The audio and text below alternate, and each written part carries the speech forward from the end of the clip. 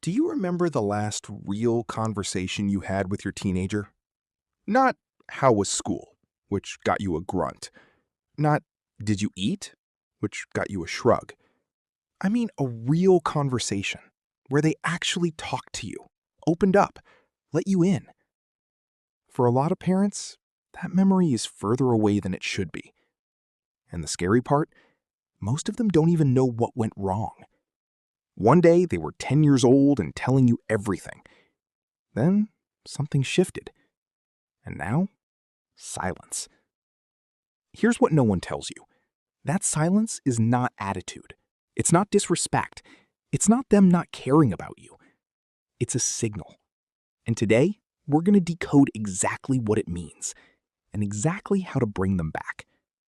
Stay with me, because this might be the most important conversation you have about your teenager all year. Welcome back to Raise Them Right, where we take the science of adolescence and turn it into tools that actually work for real parents. If you're new here, no judgment, no lectures, just honest, research-backed advice that real families can actually use. Now, let's talk about the silence. Most parents assume the silence is about something they did wrong. They said something, they reacted badly, they were too strict, too lenient, they missed something. And sometimes, honestly, that's part of it. But here's the bigger truth that changes everything. Teen silence is not primarily a relationship problem. It's a developmental program. The teenage brain is literally in the process of separating, individuating, becoming its own thing. Somewhere between ages 12 and 15, a switch gets flipped in the adolescent brain. The peer group becomes more important than the parent. The inner world becomes private. And vulnerability, the kind that made them crawl into your bed after a nightmare at age 7, starts to feel dangerous. Not because of you, because of the way the human brain is built.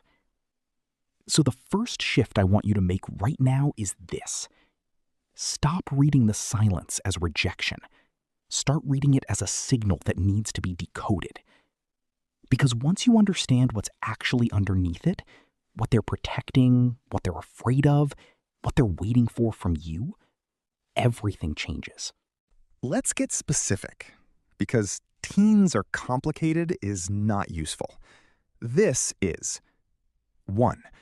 They've learned that talking leads to lectures. Think about what happens when a teenager shares something vulnerable. A problem at school, a situation with a friend, a fear. What do most parents do? Instinctively, automatically. They solve it. They advise. They correct. They say, you should have, or next time you need to, or I told you this would happen. And the teenager hears, your feelings are a problem to be fixed, not something I want to understand. They learn very quickly that talking doesn't feel good. It feels like a tribunal. So they stop. 2. They're protecting their autonomy. One of the deepest psychological needs of adolescence is autonomy, the sense of having some control over their own life and thoughts. When teenagers feel that sharing something with a parent will lead to consequences, a restriction, a rule, a worried phone call, a we'll see about that, they protect their world by keeping it private. Information is power, and they've figured out that giving you information means giving up control. 3. They don't believe you'll understand. This one is hard to hear, but it's important. Teenagers live in a world that moves fast, socially, digitally, emotionally. The drama at school, the group chat dynamics, the thing that happened on Instagram at 11 p.m., the way a look from a peer can ruin an entire day. And they've often received the message, maybe not in words, but in reactions, that the things they care about don't really matter, that their problems are small, that they're overreacting.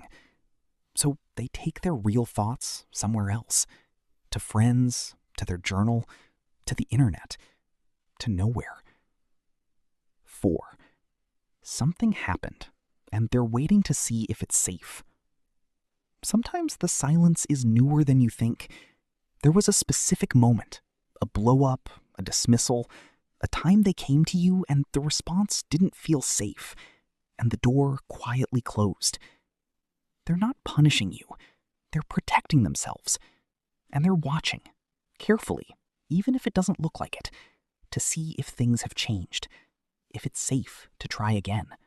Okay, so most parents, when they realize their teenager has gone quiet, try to fix it. And most of them, with the best intentions in the world, make it worse. Here's how. The ambush conversation. Sit down, we need to talk. For a teenager, this phrase is a threat. Their cortisol spikes, their walls go up. You haven't said anything yet, and they're already defending. Teenagers don't open up when they're cornered. They open up when they feel safe. The cross-examination. How was your day? Fine. What did you do? Nothing. Who were you with? Just people. Rapid-fire questions feel like interrogations. Every question requires a decision about how much to reveal. It's exhausting, and the instinctive response is to give as little as possible. Emotional escalation. When a teenager finally says something real, something honest, and the parent responds with panic, tears, or anger, the teenager learns a critical lesson. I can't bring my real self to my parent because they can't handle it. So they stop sharing the real things. They give you the safe things, the surface. Comparison and minimizing. When I was your age, or that's not a big deal, or at least you don't have to deal with. To a teenager, this doesn't put their problems in perspective. It communicates one thing. Your pain is not worth my full attention. The door closes a little more.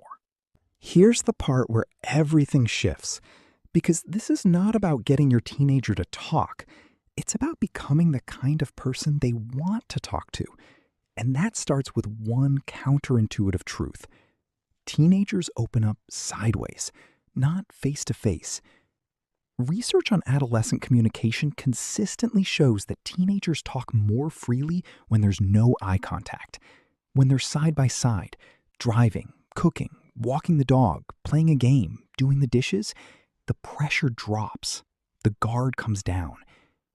The most important conversations you'll have with your teenager will probably not happen at a dinner table.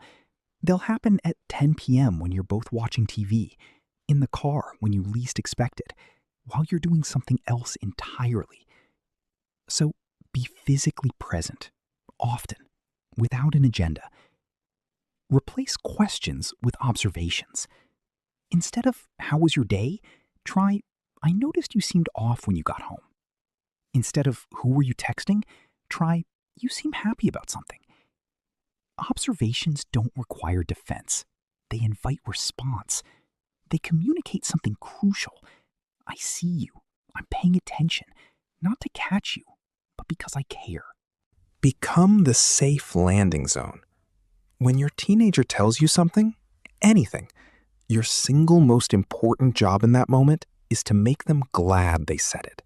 Not to fix it, not to correct it, not to panic, just to receive it. To say, "Thank you for telling me that." Or, "That sounds really hard." Or simply, "I hear you." Every time you do that, you are making a deposit into a trust account. And trust, in adolescence, is the only currency that buys you access to their real world. Share your own stuff first. This one surprises parents, but it works. When you model vulnerability, when you say, "I had a really frustrating day today," or "I'm worried about something, can I think out loud for a second?" you normalize the act of sharing.